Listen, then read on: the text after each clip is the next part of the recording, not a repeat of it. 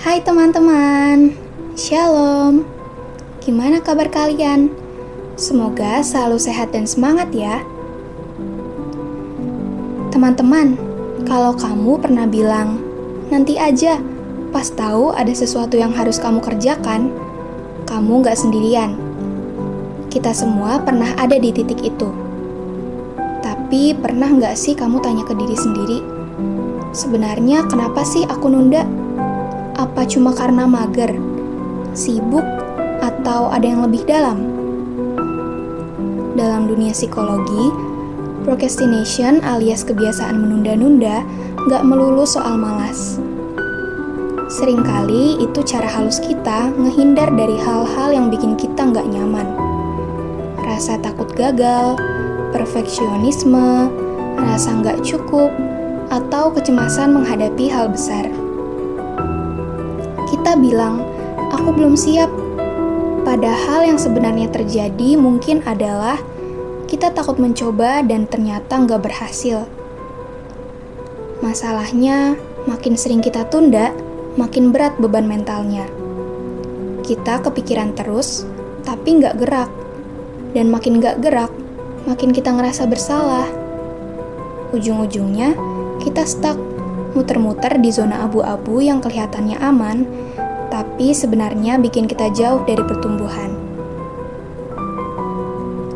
Nah, di tengah siklus kayak gitu, Amsal 6 ayat 6-8 muncul dan ngajak kita belajar dari semut. Kecil tapi tahu kapan harus kerja. Nggak pakai nunggu mood. Semut tahu kapan waktunya nyiapin bekal. Ya sekarang, bukan nanti. Jadi ini bukan cuma soal kerja keras atau rajin, ini soal kepekaan waktu. Semut sadar bahwa ada momen yang kalau dilewatin nggak akan bisa diulang. Dia nggak nunda karena dia sadar waktu itu bukan hal yang bisa dinego. Secara psikologis, semut itu kayak gambaran orang yang punya self-awareness dan self-regulation yang kuat. Dia nggak dikendalikan rasa takut atau penundaan emosional. Dia tahu, lebih baik mulai sekarang meskipun nggak sempurna, daripada terus menunggu waktu yang ideal, yang kadang sebenarnya nggak pernah benar-benar datang. Dari sisi spiritual, kita juga diajak buat lihat bahwa Tuhan itu seringkali hadir dalam momen hari ini. Yesus gak pernah bilang, ikut aku besok. Panggilannya selalu real time, selalu di sini dan sekarang. Karena iman itu bukan tentang rencana besar yang kita pikirkan, tapi langkah kecil yang kita wujudkan. Jadi, mungkin pertanyaannya sekarang bukan lagi, kapan kamu akan mulai?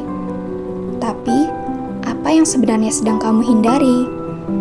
Apakah kamu menunda karena kamu belum siap? Atau karena kamu belum berani menghadapi kemungkinan bahwa kamu akan berubah? Menunda itu manusiawi.